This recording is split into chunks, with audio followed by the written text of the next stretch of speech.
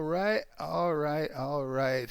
Welcome everybody to another edition of Legend Sports. This is Amplify. We're telling stories about baseball history, Negro League history, art, historical preservation. We've gotten into all kinds of things recently, and I'm really happy to have on again the NLBMart Card Artists Roundtable. And tonight we've got Donna Muscarella and Phil Rivera. How are you? How you doing, guys? Great, thank you. Doing great. Thanks for having me. All right, thanks for taking the time. This will be fun. I was talking briefly before we got on here. Donna's been on here before. We talked about some of her work. When we'll go through that again and what she did over at Hinchcliffe. But uh, I'm trying to get all of the stories of so many people that have worked, pretty hard at some of this over the years.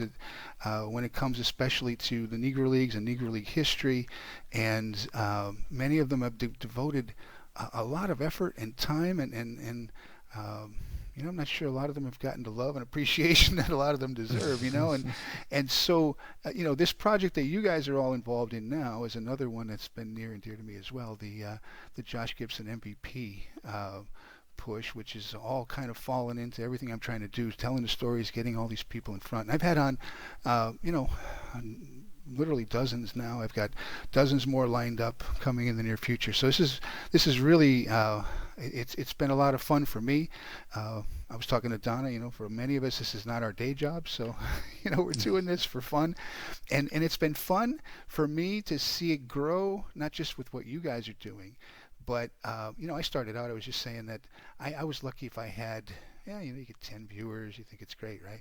But between all of the forums and places I'm posting this, I'm up to several hundred, if not several thousand views of some of these videos, and I hope it's helping. I hope it's getting the information out there and getting you all and people like yourselves in front of people who many of them are not aware of what you all are doing. So that's what I'm after here. So so.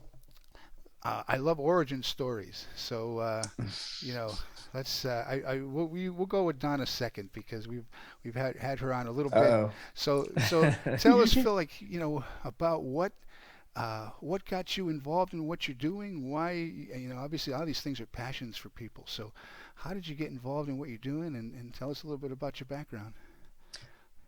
Yeah, so it's sort of a blur for me how it got started.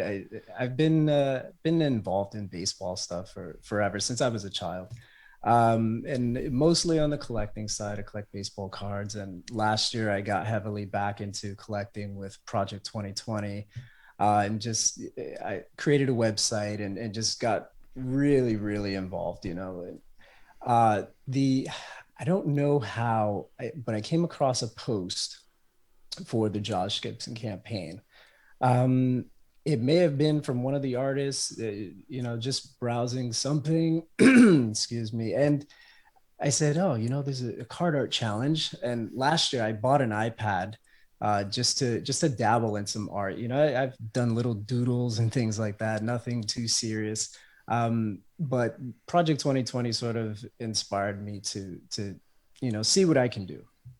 And so I did that.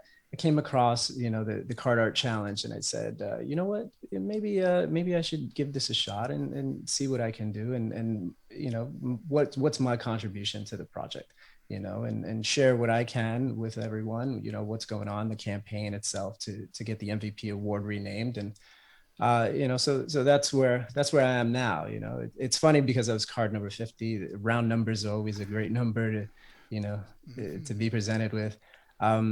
So yeah, it's really really fun to do this. I'm exploring myself and what I can do in the art space, and it's a lot of fun finding out what I'm capable of, and just contributing to the whole thing.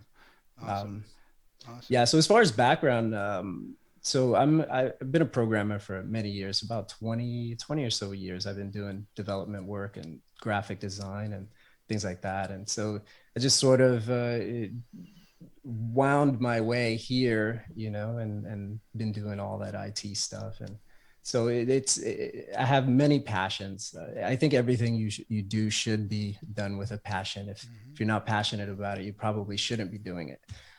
So that's my origin story in a nutshell. All right. And I have your Instagram page. I have the your other web page. So we'll go through a lot of your work, and we can talk about how you came about your idea for the card and all that as well. So Sure. Donna, you've been on here before, but you can tell us again how you got involved in what you're doing and how you got involved in this particular effort that's going on as well. Sure. I don't remember ever not being a baseball fan. I, attended my first Major League Baseball game at the age of 2.5. It was, I remember portions of it, but, that's a story for another time. And, I've always enjoyed, not always, I enjoyed photography from a very young age, or had an eye for things. Oh, I wish I could capture. I wish I could capture. And, at one point I got my first camera and fell in love with photography. And, I gravitate towards the things that I adore. And baseball is one of those things. And, the other things that I love to photograph are nature and animals, landscapes, wildlife. And, so I wanted to figure out a way to marry those two loves. And the way that I've been doing that this year is in two ways. First is through custom trading cards.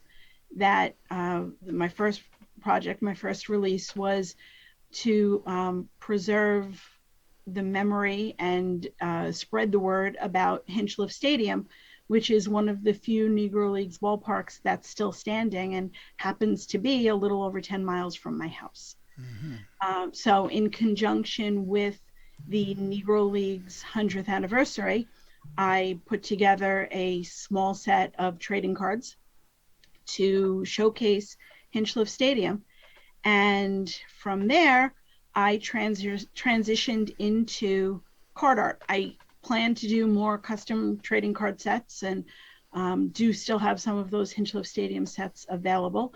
But I've started focusing now on combining my photography with Allen and Ginter baseball cards, which I absolutely love. And I love the way the two complement each other. So I'm producing mixed media pieces that include my original photography. This is not stuff that I grabbed, off of the website. This is stuff captured by me, as seen by me through my lens, and taking those photos and combining them with player images that I am precision hand cutting out of Allen and Ginter trading cards. Cool. So that's where I am right now. I absolutely love it. One of the reasons that I do this specifically, with the Negro Leagues focus, is because I want people to learn about the Negro Leagues. And, is one of those cases where I hope it's, and she told two friends, and she told her two friends, and he told two friends, and so on and so on and so on, where they may see my trading card or my Josh Gibson MVP piece and want to learn more.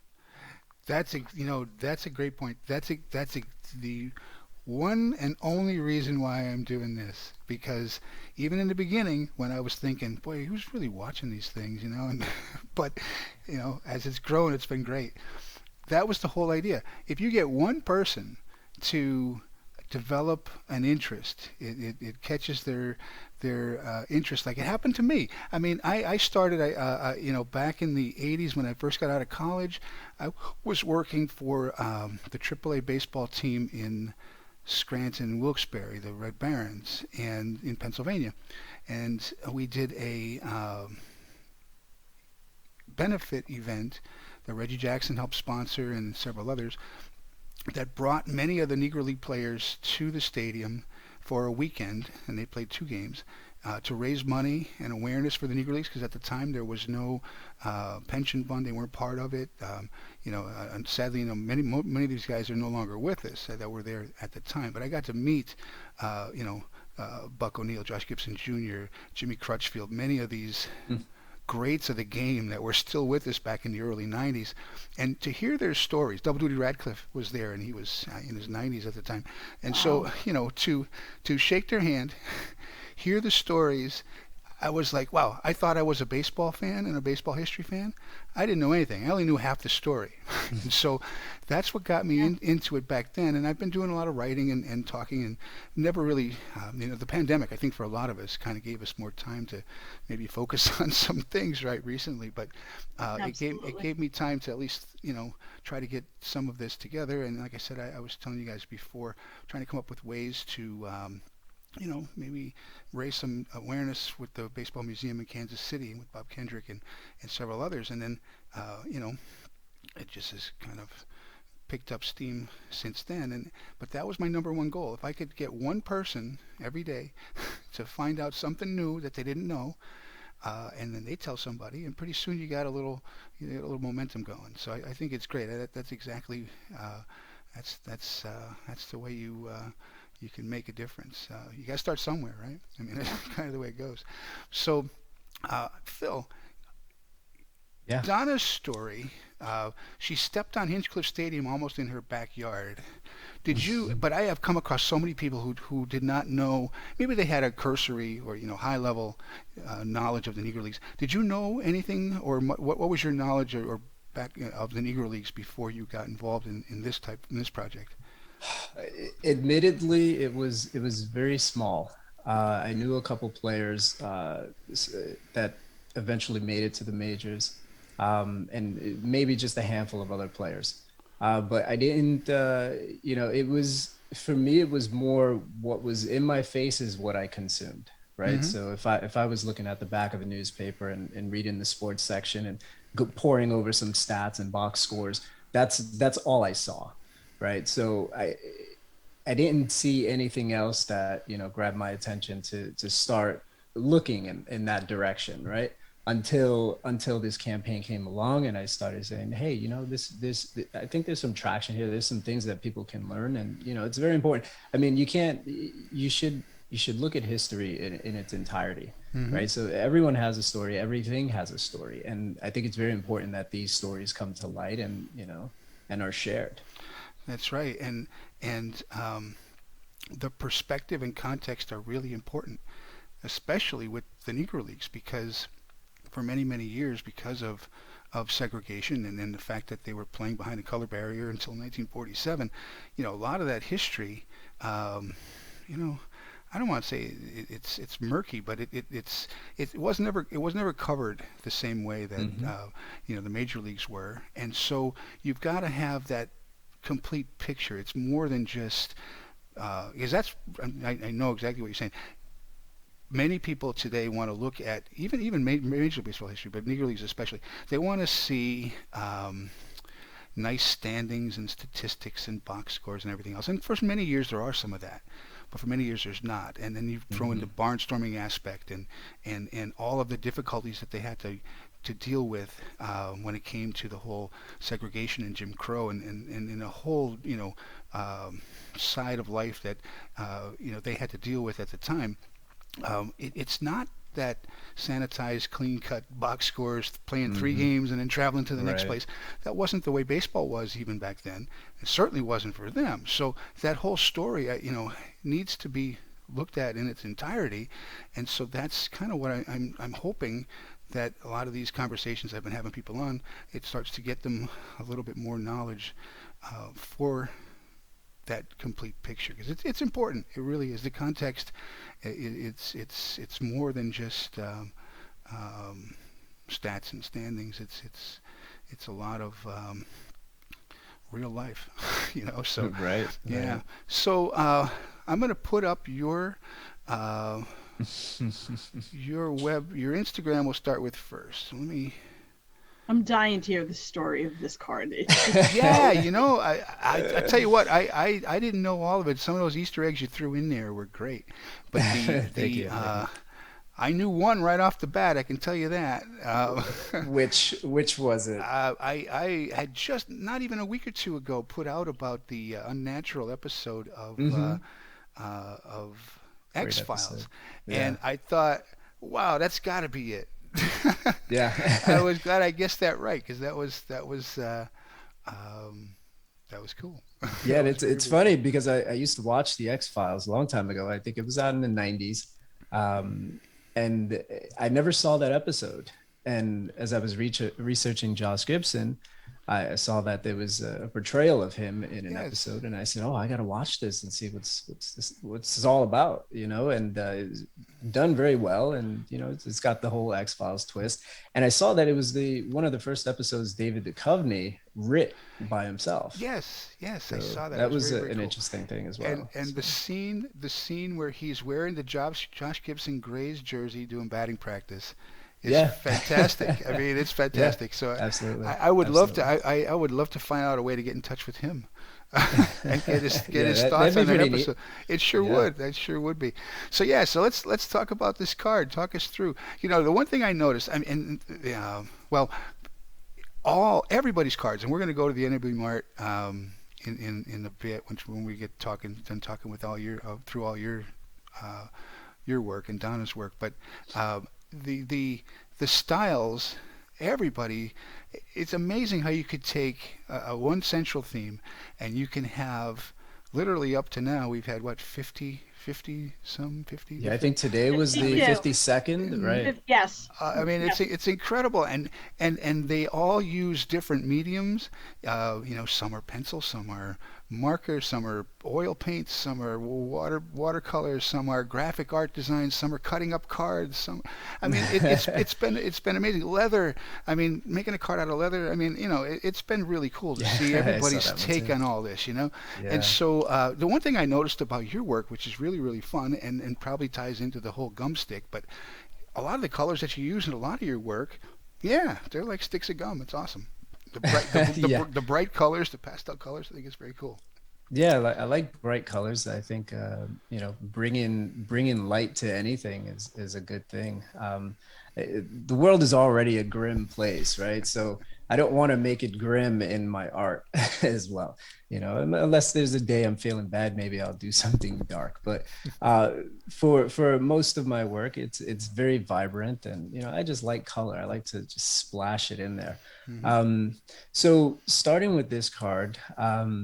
And let me just give you a little background on the Hmm. whole gum stick thing. So I was trying to come up with a name for the website, gumstickstudios.com. And I was just thinking about, my history with baseball and things I enjoyed, and especially with regard to collecting cards. So, when I was a kid, you had the wax packs, and Hmm. they always came with a stick of gum. Stick of gum. That's right. And even though they were hard pieces and they shatter the same as they do now, um, it was enjoyable. Hmm. I chewed a couple pieces, and I always had the back of the card, or the last card that was on the gum, or the gum was stuck to. You'd take the gum off and there would be a gum stain on that card. Now, I have cards that still have the gum stain, and I refuse to remove the gum stain because it's a memory for me. It's a reminder of, Nice. so I use that, and I said, oh, Gum Stick Studios. Okay, I can do that. And then it just have that pink, stick of Yeah. gum Yeah. as my logo. I'm with you. So the card here. So I sketched out a few things. I started doing some research, and I have a bunch of post-it notes still here with some concepts. And I said, okay, this is let's work with what he did, right? So he was a catcher, number one.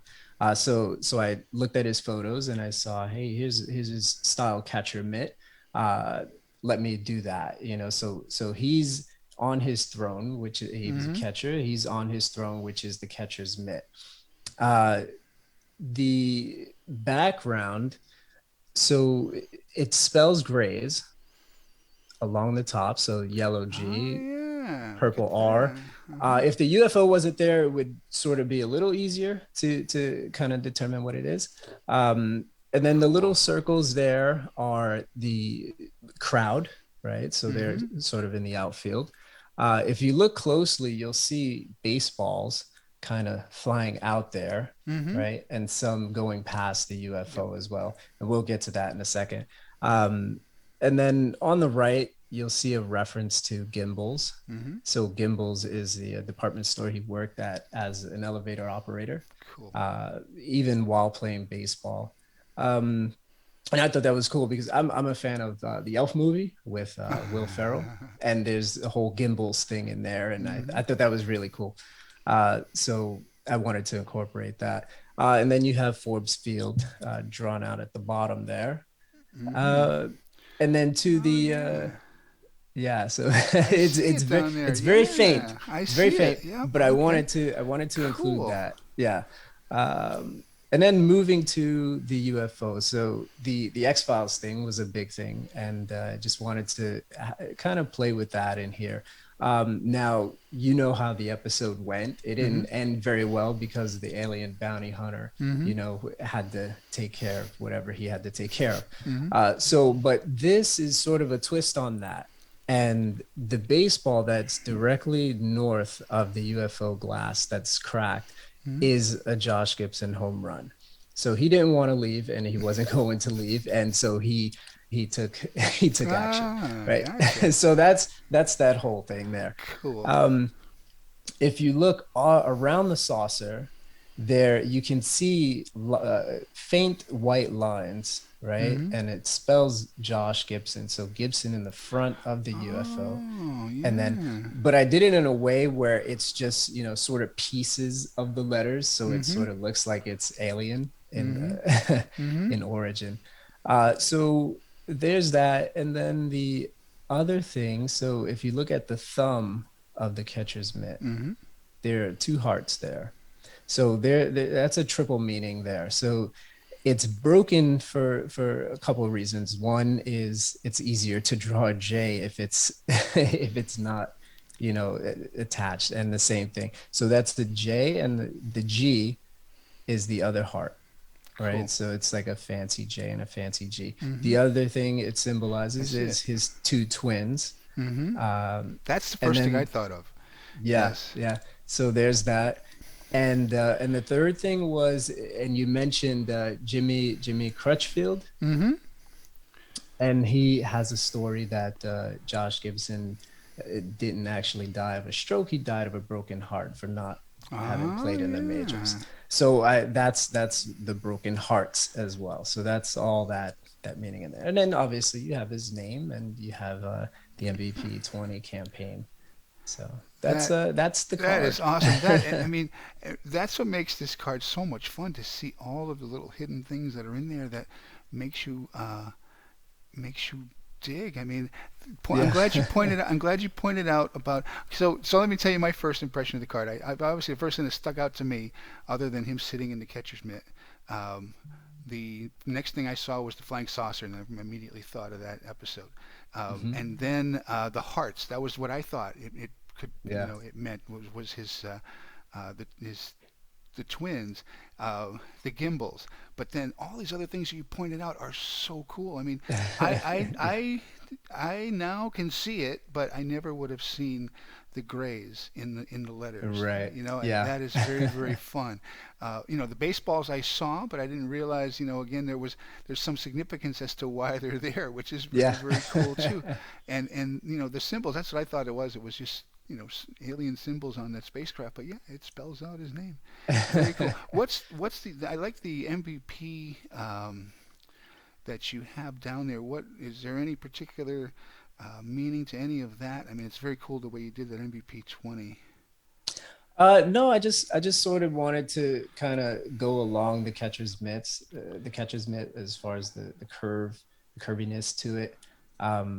And the M and the V are typically, hard angles. So I Hmm. just continued that with the P and the letter two. If you look at the zero, though, it is home plate. Yes, Yes. So that And I kind of I changed now something can there. clearly see Forbes Field back there. That is very neat. Okay. Yeah, It's like I said, coming into view. it is. I mean, well, again, it could be my monitor too. I mean, I'm on a laptop here, so maybe if I had a better Okay. monitor, I'd be seeing it better. But I think it's awesome. So Thank what are you. you using here? Are you using a design program? Are you drawing this out? How are you doing this? So this was all done on my iPad using Procreate, and Cool. that's it, nothing else. So the only extra thing I did was bring it into Photoshop to reduce the size of it so I can post it onto Instagram and share it on Google Drive. But that's it, nothing else. Very, very cool. It's Yeah, excellent. everything with this Apple Pencil. Love it. I think it's awesome. Yes, Thank you. very fun. Appreciate that. Very, very fun. And so now while we got you up here, you've got some of your other work on here, and that's like I said, that the colors. Yeah, I'm with you, man. All your colors you use are bright and bold and kind of, uh, you know, gum and parfait, gum and parfait colors. I think it's great. I think it's great.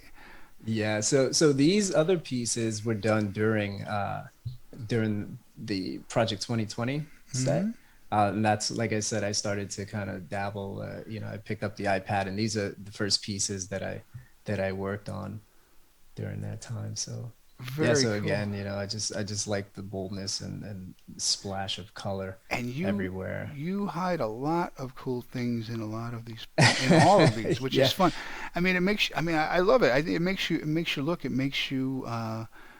It's not just a picture. It's yeah. you have to think a If you little look bit. at Roberto Clemente there in the background, where he's standing at bat, I swapped the pirate's head I see with that. his head. I So see that. and then I swapped the pirate Hmm. with his head and gave him the hat there.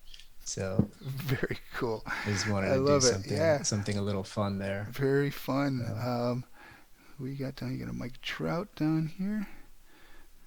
Very nice. These are awesome. I love the colors. I love the way they stand out. Everything is bold, bright. What do you got going yeah, on here with you, this thank Griffey you. one? Yeah, same thing. That's a 1989 King Griffey Jr. Cool. So yeah, you can just see the bold colors back there and sort of silhouette around his frame on the card, and then I just kind of drew the kid in there, Mm-hmm. his nickname, Neat. and that's it there. Very But fun. yeah, So now you've got this website as well, but this is more than just you. There's a whole collaboration going on here. What tell us about this what's is going on with well, this? yeah. So this started as one of those passion projects. So last year, Project 2020, toward the tail end of it, I put together a website because there wasn't really a resource out there to kind of pull everything together. It wasn't easy to find data on these cards and sort them in a way that people find intuitive. I created a website. This is version 2 of the website. The first website was strictly an HTML website, very basic as far as the back end is concerned. Mm-hmm. But people could do things. They can sort the cards and rearrange them and kind of compare cards and things like that. They could create their own lists, with their rankings of cards. And Nice. then for Project 70, there was that little window of time where Project 2020 ended and Project 70 started. And I said, you know what, I have some time now. Let me focus on, creating the site that, I really wanted to create for this. So on I learned a new programming language during this time as well. I said, if I'm going to do something fresh, I might as well learn something new at the same time. And I just, went all in on it. So this iteration of the site, you can manage your collection. So there are a lot of card Ah, collectors out there for P2020 and P70. So they can manage their collections on this website. They can manage their wish lists and create custom lists and things like that. They can rate cards. So all those sorts of things. And there's a ton of stats. So if you click here, scroll down to either P70 or P2020, you can see the sortable stats at the bottom there. And so you can see the wow. statistics for each series, and you can see print runs. You can see, How about that? you can break it down by the artist, by the player, by team. You can find cards based on whether the guy bats left or righty. No kidding. All sorts of little details there that I added. So This is yeah, so fascinating. yeah. Wow. That So is if very, you very scroll cool. down on the mouse, you'll zoom out of that graph there. Oh my goodness, you've got. What is this what is this map telling us? so What on this earth? map, early in P70, there were a lot of collectors complaining about uh, the concentration of cards for New York and LA. Uh-huh. And I just thought this would be a fun way to kind of visualize where these cards are landing and what representation each city may have.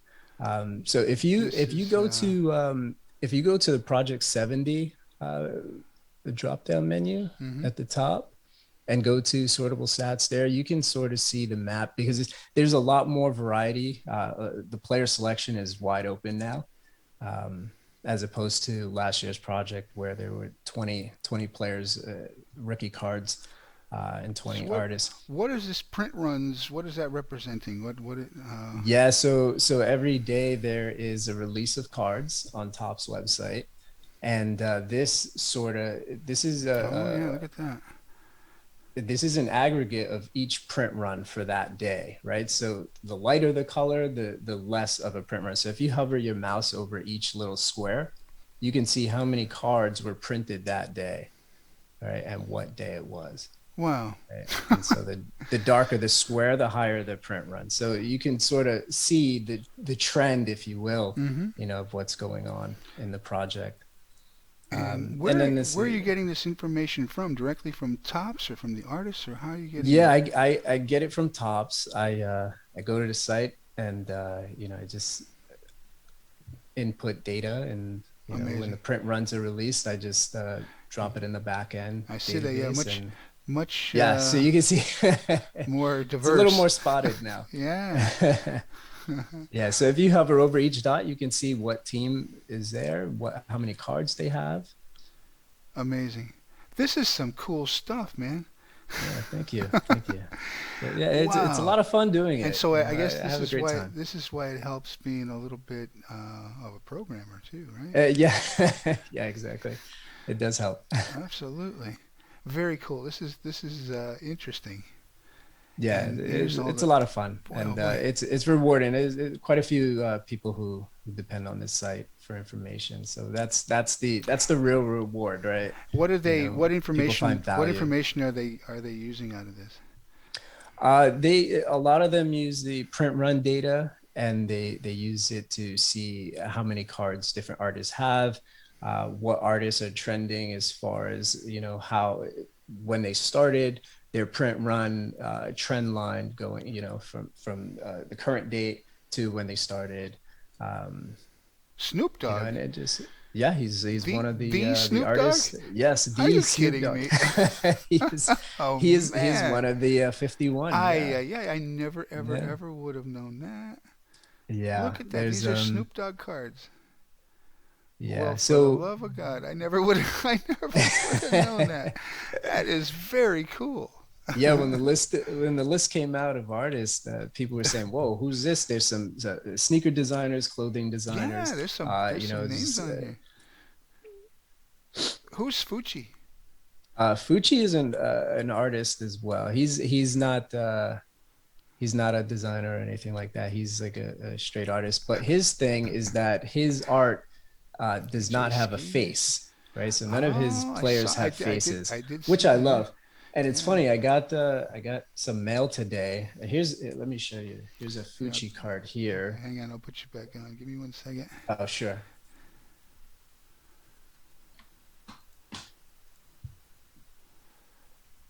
I gotta flip you back over here. Hold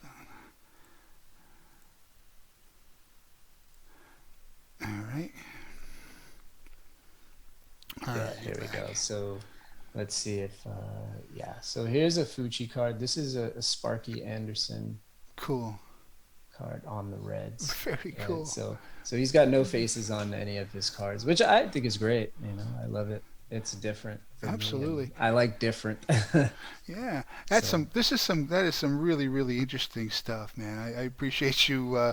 walking through what all that was, because I was poking around on there before, and you know, you giving me the 10-cent tour makes it all come into focus now. Yeah, I Good. appreciate you highlighting it. Yeah, It's no, good stuff, man. it's great. I Good enjoy it. stuff. I thank you. And so, any other thoughts you have on your efforts so far with this JG20 MVP? What's been your So yeah, so I'm waiting to hear back from the campaign as far as a COA. Mhm. I'll be looking to make these cards available for purchase.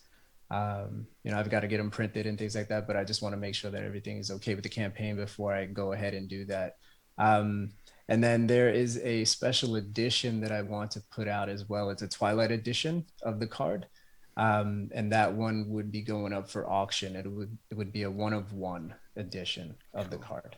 So Very I'll share cool. that on social media at some point, you know, as soon as Awesome. I get word back from the campaign. But Awesome. yeah, so Are are you sending out your cards to be printed somewhere, or are you doing them yourself? How you doing that? yeah, I'm going to partner up with a printer and just make them like that. So I spoke to a printer last year. I was going to do some cards, and I got some rates and things like that. And actually, a printer very close by me, and a printer that a very large company already uses today. I won't say who, but Very so cool. yeah, so I they've got know. some great quality out there. So Awesome. I know. I'm really glad that, like you said, that you walked me through everything on your website, because I know, based on the other forums and places that I'm at, that there are a lot of guys that would love to see that. So I will point them in your direction for sure, yeah, thank you, because there's thank a you. whole on two sites and two forums in particular that have to do with baseball history, and Hmm. also simulation gaming. There are several threads that go into collecting and cards and so forth. So I will definitely post up what you got there. I'm sure there's a ton of people that would love to see some of that information. It's good stuff. Thank you. Appreciate that. All right. So Donna, you stepped on Hinchcliffe Stadium in your backyard one day, and I'm gonna put up your a page that we talked through when you were on here the last time. The The saber. Saber page, just so we could Yeah, refresh people with that. sure. Yeah, because that was a very, very cool project. So Phil, this is what I had done on, maybe, I don't know, 6 weeks ago, or I don't know, a couple months ago. We talked through, Okay. because I was fascinated by this card set, because I just thought it was such a great project, and then hearing her story was great. So maybe you can walk us through that, and then also tell us about what you're doing now with it, because I think Okay, that's cool so too. during 2020, it was difficult to get your hands on cards for your collection. There weren't any card shows. Online prices were through the roof. You know, my LCS had local card store had some cards, but not anywhere near the quantity that they had before, between shipping delays and production delays. It was just hard to feed the itch, or scratch the itch. Um, so I started thinking about other ways that I could collect. And what I decided that I wanted to try to do was to collect postcards that featured Negro Leagues ballparks. Hmm. And I also had this idea that, being the 100th anniversary of the Negro Leagues, that I wanted to do some sort of tribute in conjunction with the Tip Your Cap campaign that the Negro Leagues Baseball Museum had kicked off, since Hmm. everything else got put on hold. So um, my idea for the Tip Your Cap was, to go someplace that had a Negro Leagues tie to it and get a photo of me tipping my cap. There it is. But all the places, yes, there it is. But all the places that were local to me, now we're in a pandemic. There's very little that's available to me. I can't get into the rotunda at the Jackie Robinson Rotunda at Citi Field. I can't get to the Jackie Robinson plaque in Monument Park at Yankee Stadium. I can't get to the Negro Leagues Baseball Museum. There's was nothing. So I said, okay, we're not going to do that. And I like that, by the way. That's a cool card. Thank you. Thank you very much. And that's a real mural, Phil. Yes, I'll get. Oh, I'll is get it? To that. Yeah, wait, yes, here, I wait, will. wait to I hear will the get story. to that. That's okay. There's more to it. Yes. So I put the whole Tip Your Cap thing on hold, and like I said, I had this idea of collecting postcards with Negro Leagues ballparks on them. So I said, well, if I'm going to collect postcards of Negro Leagues ballparks, or ballparks where Negro Leagues baseball were played, because we know that places like Yankee Stadium and Fenway and Forbes Field, hosted Negro Leagues games, rented the ballpark to the Negro Leagues owners, that those were going to be easier. I said, well, I also know that some of them had their own dedicated places to play. I just needed to get a list. Mm-hmm. So I started researching, God bless the internet. Mm-hmm. And lo and behold, I find out that one of the 2 Negro Leagues ballparks that is still standing in its entirety. I know, places like Hamtramck still have portions, but Hinchliffe Stadium is still completely intact. And it's about 10.2 miles from my house.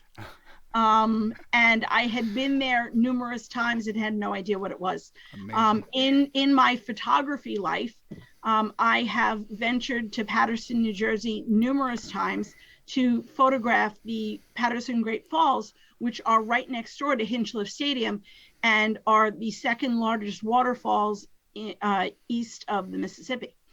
So I've been there plenty of times. I've parked in the very tiny parking lot that's right in the shadow of the stadium. And there's, there was I had no idea what it was.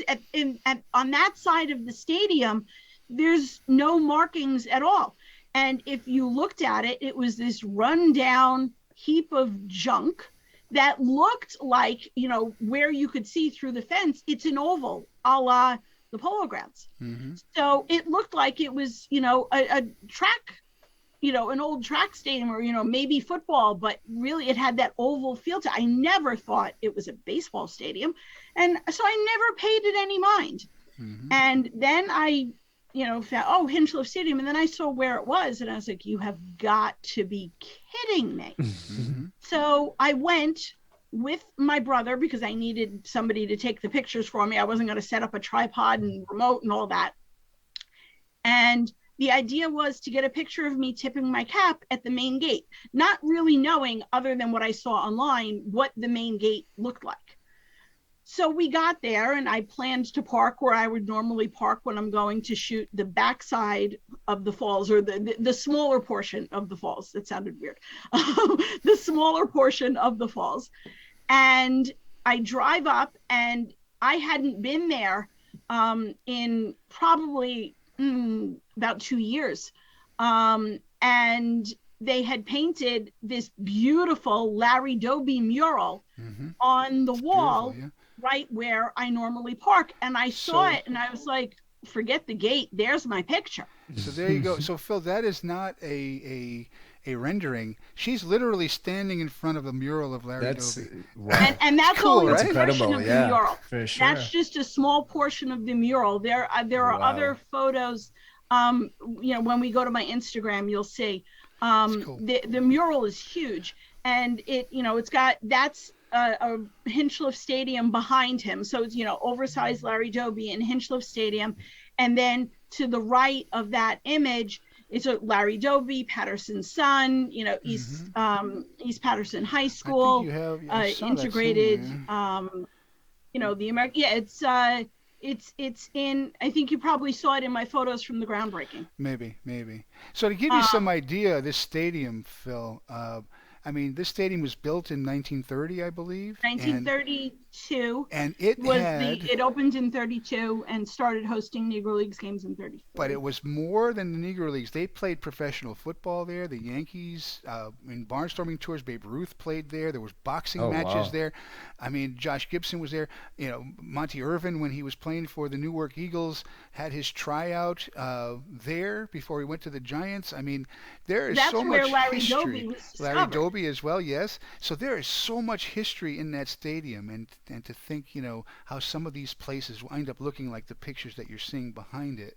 Right. It's just Yeah. so disappointing. I mean, Yeah. It is. It here's really some of is. this about Alex Pompez and the New York Cubans, and the history that is there is just fantastic. I mean, the people that have played there, the little list: Buck Leonard, Biz Mackey, Satchel Paige, Jackie Robinson. I mean, a who's who of anybody. I mean, and Yeah. that's just the people that have already been inducted into the Hall of Fame. Mm-hmm.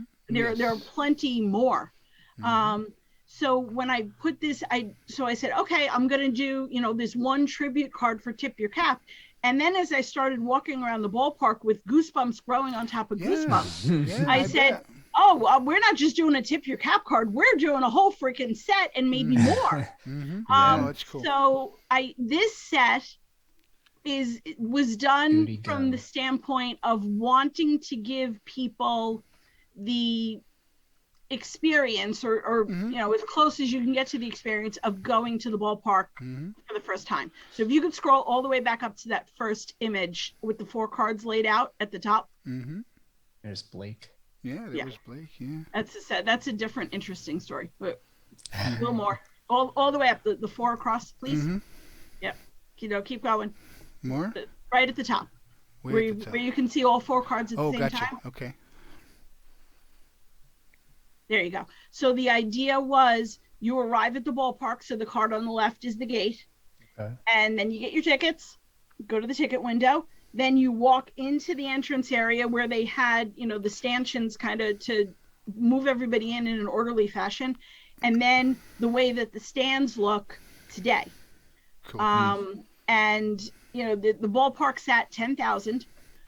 So this was just to give you a little bit of a feel for Mm-hmm. what the ballpark was. It's my understanding that that tile work is all original. The terracotta roofing is, if not original, then replacement of the way it looked in Mm-hmm. 32. And That's so now great. they are doing a renovation. Yes, they are And you've doing a and you've restoration begun of to the you've ballpark. begun to take some pictures of what's going on there, which Yeah, there's, yep, I remember talking to you about that. I said, boy, that would be a great you know yeah. study in pictures to be able to see as they're doing Yeah, work. so there's in that row there, the on the left, to the left of the on deck. If you click there, you should get to before and current. So that's what it looked like before they did any of the restoration work on the ballpark. So you can see that there's the press box. Oh, go back for a sec, please. Set. There you go. You can see that there's the press box, and there's the railings and the fencing and just all of that overgrowth of trees. Mm-hmm. So that's what it looked like, and tons of street art. Mm-hmm. And then if you flip, please, Mm-hmm. to that current picture, This one. this was taken just this past Thursday. So Doing some you work, can yeah. see that there's protective fencing up there. The press box is gone. Mhm. It's it's not from exactly the same angle, but it's the exact same portion of the ballpark. Mm-hmm. That Cool little stuff. so the all the overgrowth is gone. They've actually ripped off the tops of those walls, so you can see the rebar sticking out Mhm. there. And that's Cool. that's a little bit about what the exterior looks like. And then there's another one that shows a piece of the inside. So That, what fascinates me about this, to be able to see this when it's done, is I don't know if you guys had checked out the video I did last week with Brian Powers, but he has a website called Bandbox Ballparks, where he has done 3D modeling of historical stadiums.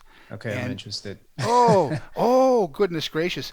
Go to bandboxballparks.com and it will blow your mind because I swear I've never been to a website where I literally could sit and watch just the splash screen of it's like a drone flyover of Comiskey Park in 1920. I mean, it's just phenomenal.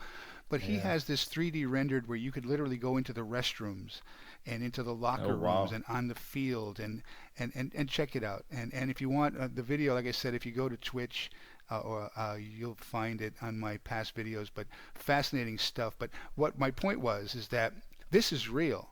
You know, what he did with Comiskey Park was an effort to preserve, you know, what it was like from 1910. He did it with League Park in Cleveland. He's doing several others are coming up on his radar. But this is real. I mean, Donna, what's going on here is so Yeah. cool because when this is done, I could hardly wait to see it and the work that they're going to do. This next Thursday, I'm going to have on Gary Gillette, who is involved. He's Friends of Hamtramck Stadium in Michigan, and we're going to talk through that preservation, work that's going on there.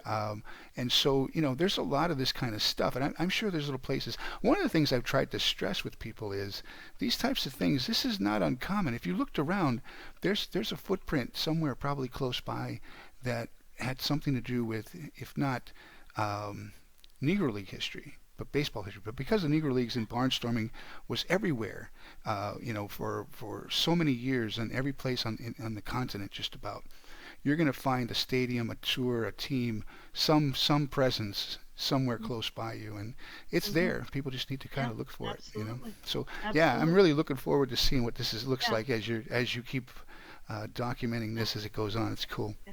So This is a full restoration project. this is a full restoration that let me, before I answer that, Phil, I just want to talk a little bit about what this picture is. So this is Okay. the third base side stands, and that's what it looked like last year.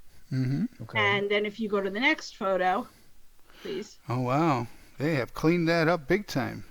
Yeah, Oh. they've all that overgrowth is gone. Portions of that back wall are ripped out, and they're actually developing now behind Mm-hmm. the ballpark. So what's going to go on with the restoration is not only are they fully restoring the ballpark itself to be a multi-sport, multi-use Cool. stadium that they plan to host concerts again and baseball, football, track, Oh my but goodness, that's also awesome. they're going to be putting in, I believe, a restaurant. There will be a parking deck because there really is minimal parking there. There will be an area that is supposed to be a Negro Leagues museum. I don't know Nice. if it's going to be specific to, the history of Hinchliffe and the Negro Leagues, or if it will be more expansive than that. Mm-hmm. And there's also going to be somewhere close by a senior housing facility. So yeah, it's quite amazing Mm-hmm. to see just in the little bit of time that they've been working, Yeah, how much of a big transformation. transformation there already is. Sure is. Yeah, yeah. Phil, where are you at? I meant to ask you that. What part of the country are you? I'm in South Florida.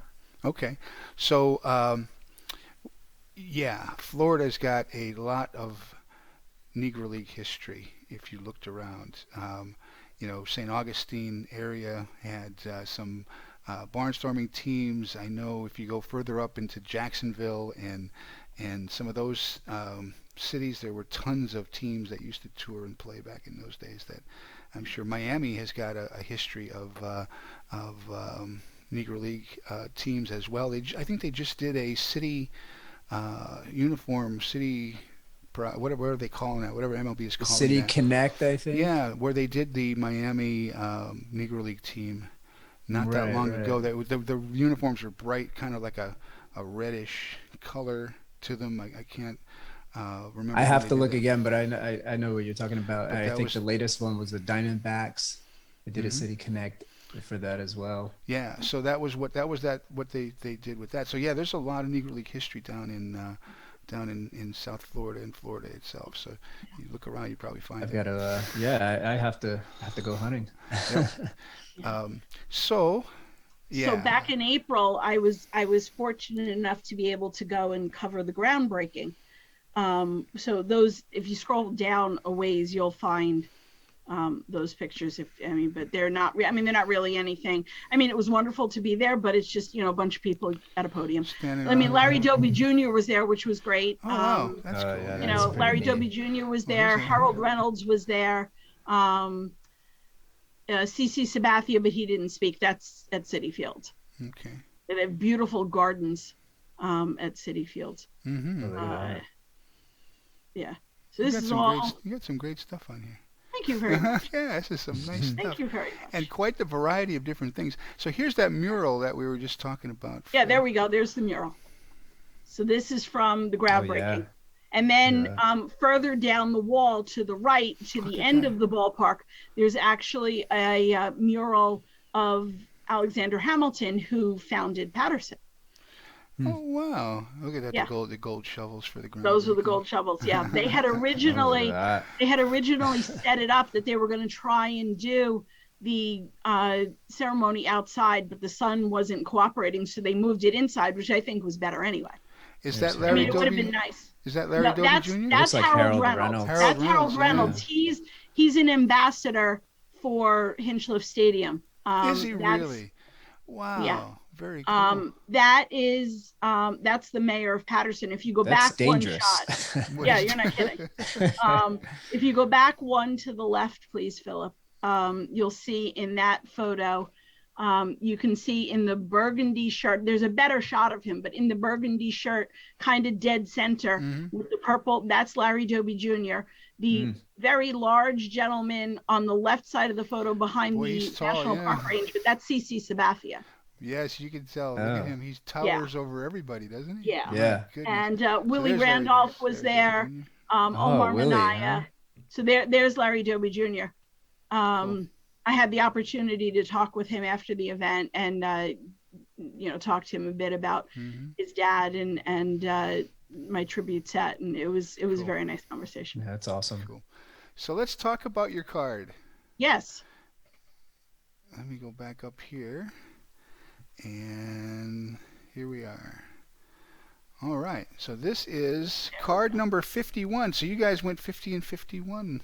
Yes. All right. Yes. So tell us what you got going on here. I think it's awesome. I love it. I love the. Thank you. Thank you. There's something about grass and dirt. There's no other sport like baseball that you see it and you see the chalk and it's just like, it just brings. You can smell it. It just has its own life to it, and it's just very, very cool.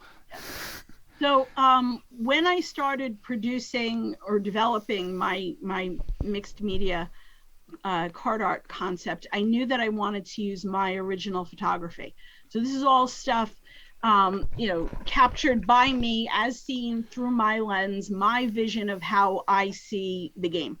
These are not images that, have been stolen from websites. Yeah, some clip art. This is all original Donna Muscarella photography from the lens of Donna M, if you will.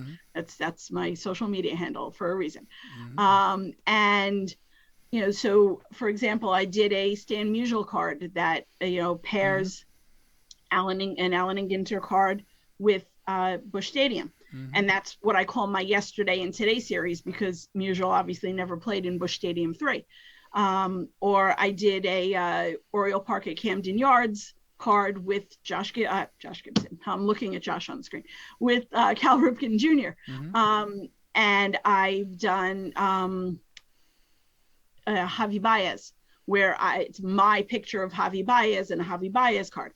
I did a Freddie Freeman. I did a Tony Gwynn, but I don't have any photos of Josh Gibson's home ballparks. And I don't have any photos of Josh Gibson. I wasn't alive, So I wanted to figure out a way to pay tribute to Josh, but stay true to my chosen art form and my chosen art medium, which is photography. And so I thought about ways to do that. I do have some photos of Josh the statue of Josh at the Negro Leagues Baseball Museum, but it didn't send the message that I wanted to send. So I thought about it and I said, okay, where did Josh do his damage? Where did Josh build his legacy? Where did Josh go to work? Mm-hmm. And that was offensively and defensively on the baseball diamond. So I looked through my portfolio and I had this, what I think is a pretty awesome picture mm-hmm. of the of home plate and the batter's boxes. And I said, okay, this was Josh Gibson's office. And this is where he built his legacy. This is where he made a name for himself. And mm-hmm. And I wanted to drive that point home. And so I did so, no pun intended. So I did so by including a quote from Dizzy Dean that talks about his offensive and defensive prowess. Mm-hmm. And I thought that it was, interesting to be able to get a quote from a non-Negro leaguer mm-hmm. to show that his talent had been recognized all along, and the ridiculous baseball segregation is mm-hmm. the only thing that kept him from playing with mm-hmm. those other, his contemporaries who happen to have lighter skin. And that's the thing that I think this whole project is trying to shine a light on. He was a fantastic player. In all likelihood, would have won multiple MVP awards had he had the opportunity to play. Because of segregation, he did not have that opportunity. But he also represents the 3,400 plus other exactly. players who also never were given that opportunity. And, I have this discussion, literally every day with people, and most are receptive to this and understand it. Some people are still going to push back, and for most of the time, I know what the reasons are, why they do. But the fact is, these guys were not playing because they weren't good enough. There's several leagues over the past, that guys left and formed the Federal League, the Players League. There were leagues that came and went in baseball's past, but that was because of money, contract differences, territory, whatever it was that was going on at the time that those leagues formed and came and went. But none of that was because they weren't. Because of the color of their skin. These guys, they were forced to do what they did mm-hmm. because one reason only. And it's something that we can't not talk about. Many people I say, oh, it happened a long time ago. Well, yeah, but it's still affecting things even today. And it needs to be something that is recognized and understood, and people need to wrap their head around it. And these types of things are more than just putting Josh Gibson's name. I think it's fantastic, but what it represents is even more than that. And I think it's what yes. makes it a lot, very important to get it done. So. Yep. Glad you guys are part of doing it. It makes it fun. It's been my pleasure. So I just want to point out that that Gibson image on there, you can't really tell here because it's a scan, but that's cut out of an Allen and Ginter card, and it lays on top of the card itself. So mm-hmm. it's not it's not a flat piece. And then, okay, gotcha. The reason that I chose to use that signature is because it is the one that the Gibson family is more. What's what I'm looking for? It's the one that they like better. He has a great signature. The one that they're partial to. So I wanted to do that as as a nod to Sean Gibson and the work that he and the Gibson family are doing mm-hmm. through the Josh Gibson Foundation, not just mm-hmm.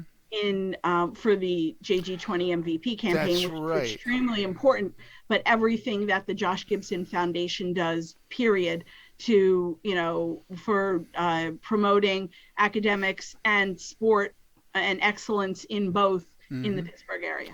Yes, that's important to point out. They've been at this for quite some time now, and they do a lot of important work, particularly in the Pittsburgh area when it comes to working with youth and groups that are in the Pittsburgh area, and I think any help that they can get is great. So to raise awareness for the Josh Gibson Foundation is very, very important as well. So yeah, like I said, I'm glad you guys are all part of this. So I wanted to put up a little bit just what's going on so everybody can see as well where we're at with this. So here's the NLBMart webpage, and here's the first 6 weeks winners.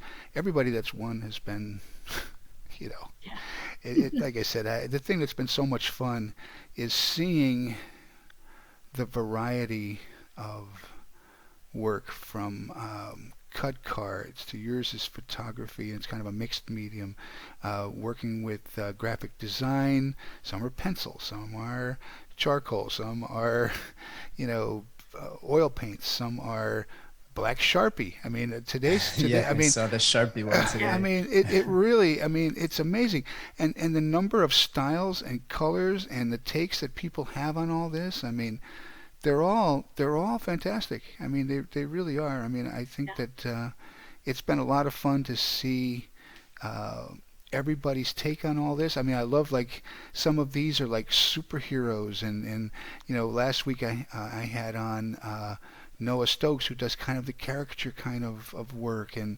there's the leather from Stockyard Cards, and I mean, it's just been like so much fun to see all the variety. I mean, I think it's great. Yeah. You guys got any personal favorites? Or you want to just keep that under wraps until? I mean, look at this. Look at this one. I mean, with kind of the Day of the Dead stuff. I mean, it's just great. I mean, this stuff is just a lot of fun. The Optimus Volts cards. I have a few. Crazy, right? He paints with these little tiny fine hand brushes and hand paints. Oh, it's really amazing. yeah, it's absolutely amazing what his work. It's fun. I came across his work on eBay last year, shopping. Did you for cards. really? Yeah, and I just saw that. So that's pretty cool. It's a neat idea. And he's a very entertaining, passionate, and interesting artist. Mm-hmm. He obviously he works in the whole Day of the Dead theme, but he actually wears a lucha mask, a Mexican wrestling style mask in his interviews. We've never seen his face. That is awesome. So he oh my God, I have to have him on here. He has this wonderful persona to him, and he's so passionate. How do I get him on here? Reach out to him on Instagram. You have to wrestle first. You have to wrestle. And if you win the title, he'll come on. My wife is from Guadalajara originally, and so she would definitely appreciate all of that Day of the Dead. Yeah. They're down there right now. That's why I've had more free time this last week or two to do these. It worked out for you. Yeah, because she takes my boys down to visit the grandparents. She's a teacher, so she gets to go down right early June, mid-June, and take the boys down there to visit the grandparents. And I'll be heading down there in another week or so. But yeah, she definitely would appreciate the Day of the Dead art, I'm sure. So we got 2 more weeks after this one, and then the final judging coming up. So that should be interesting. I just want to remind everybody about the voting, please. This is very important for Phil, for me, for everybody, for the campaign. I'm going to put you guys back on here. There are 2 phases to the voting that the general public can help with. The point of this campaign was twofold. Number one, first and foremost, to promote the JG20MVP campaign and get into the faces of the Baseball Writers Association of America, because those are the people who are going to make the decision as to what name will the MVP award will bear going forward. So this campaign was launched to get their attention. It was also launched to get the attention of the general public as a way of educating them about the Negro Leagues. It also is, doing wonders for sharing the work of the over 60 artists internationally who are participating in this. Multiple countries. I mean, it's really a cool effort. Yes. Yeah. So the way that it was designed was to add some competition to spread the word even further. So for the remainder of this week, over on Twitter at the NLBMart account, you will see posts for each of the artists and their cards. For Phil, for me, for Josh Trout, and all the other artists. I apologize that I didn't memorize the list before now. All the other artists who are releasing cards this week. If you like our work, or even if you just want to help spread the word about the campaign, please head over to those NLBM art tweets, like them, retweet them, get the word out. And by liking and retweeting, you also happen to be helping us as artists, because we get points for every like and every retweet. Then come later in the day on Friday through, I believe, noon on Sunday, you can go to nlbmart.com. And there will be a poll up there where you can vote for your 3 favorite cards for the week. I've been very diligent. Thank you. To make sure I do that. I think it's been a lot of fun, and like I said, I just enjoy seeing all the different takes that everybody's had on this. It really, it's a great theme, really. I mean, it's wonderful. You know, Heavy J, who's one of the guys who's very generously donating his time to run this campaign, put out and said that he has no doubt that come the end of 2021, it will be able to be easily said that the best card set to come out of 2021 was the JG20. Oh, absolutely. Can you imagine how fun would that be to have an entire set of cards with everybody's card in it? Yeah, for sure. You think? Some of us, a lot of us are doing theirs as one of ones. Like mine is a one of one. That will be going up for auction once I get my COA, so probably next week. But if you go on NLBMart.com, starting later in the day on Friday through early Sunday, and vote for your top 3. And then also go to JG20MVP.com. If you haven't already, sign the petition, please, to show your support for renaming the MVP award in memory of Josh, because it's not just for Josh. It's for Josh and the 3,400 others that didn't get to play in the majors because their skin was the wrong color. That's right. So this was fun. I'm glad you guys had the time. You guys, because of Josh Trout having to reschedule maybe for another time, when you had something come up, you guys got an extra couple of minutes, but that's good. I mean, I could talk to you guys all day. I mean, I literally, when I have guests on here, I love to talk. I love to learn things. I try to learn something new every day. I try to put out what I learn to people every day. I don't know who hopefully people are doing the same, and I literally could talk all day and night about some of this stuff, but I'm glad you guys took the time to come on here. This was great. We got to learn about you guys, your work, how you're doing it, how you got into it. I think it's fun. Phil, you got any final thoughts on any of this, on all this? Just what Donna said. Don't forget to vote, or else. There you go. Before we go, Phil, I want to ask you that I love that picture. It's one of my all-time favorite pictures of Yankee Stadium that you've got hanging in the corner there. Yes. Of the kids with the bats over their shoulders. Yep. Yeah, love that one. That I picked up several years back, and it's great. It's all wood actually. Oh wow! And just kind of printed on. But yeah, it's a classic photo. Yeah, absolutely. And, I had to have that. I've got a little Yankee Stadium back there behind me. Let me just turn this chair real quick here. I don't know if you can see that. So Yankee Stadium's tucked in. There's a couple of boxes of baseball cards that I stuffed in front of it. But yeah, then I got Seinfeld's apartment there next to it. I'm a huge fan. And through Jerry's window, you can see Yankee Stadium, although you can't see that in the show. But I just thought it would be fun to do that. That's a nice touch. Yeah. Very cool. This was fun, guys. I appreciate it. And down the road, anytime you guys want to come on again, I've got guests lined up this coming week. I've got author Alex Painter, who's done a lot of work on the Negro Leagues and especially baseball in the Midwest. We'll have the next week of the Card Artists Roundtable next Wednesday. Next Thursday, I've got Gary Gillette, who I mentioned earlier, who was involved in historical preservation, worked with ESPN, several other, big names. I hardly wait to talk to him about some of the recent goings on. And then next Saturday, I'm going to have on, boy, who am I going to have on? I got to look at my schedule because I've had so many people that I'm trying to juggle here, and then I'm going to be going out of town, so I've had to rearrange. But yes, Eric Chalik, he is a statistician, has a website that he's done a lot of work that I think people are going to find interesting that has to do with major league equivalencies of Negro League statistics, and then let's see who else I got coming on after that. Are you at liberty to share that site now, or which one? Eric's? Yeah, the stats. Hang on, let me find. I'm a stat nerd. Are you a stat nerd? That's good. Yeah, I am. Are you a Sabre member? I am not. Dude. But I'm on Baseball Reference a lot.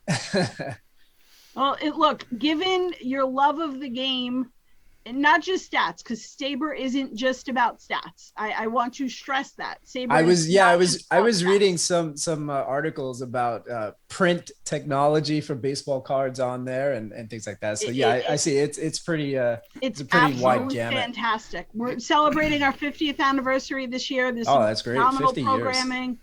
And as a matter of fact, there's a 3 days. I think it's 3 days of programming starting this Friday. To start helping celebrate that 50th anniversary. So check out sabre.org, become a member. Lots of us card artists are already. Join the club. Right. If you Google the Hall of Miller and Eric, and he has got spreadsheets you can download and all sorts of things when it comes to the Negro Leagues and how all of his calculations and all sorts of very, very above my pay grade calculations for major league equivalencies. It's some cool stuff. It's some very, very cool stuff. Tomorrow night, I am going to have on Ed Rivera. I don't just try to do Negro League, and I'm trying to work in all of why people have passions about things. So Ed Rivera tomorrow night. He is the Dad Hat Chronicles. I'm not sure if you've... The Dad Hat Chronicles. Yeah, so every day... Is it about the Dad Hat fad that's partly, been popularized as of late? Partly, yeah. He's got a passion for minor league baseball, and every day he's posting different pictures of different hats and different logos, and we're going to have a good time talking about it. He's going to do an unboxing of some new stuff that he just got, so it should be a lot of fun. A couple of weeks ago I had on... we talked about vintage baseball, and so there's more than just Andrew Nelson is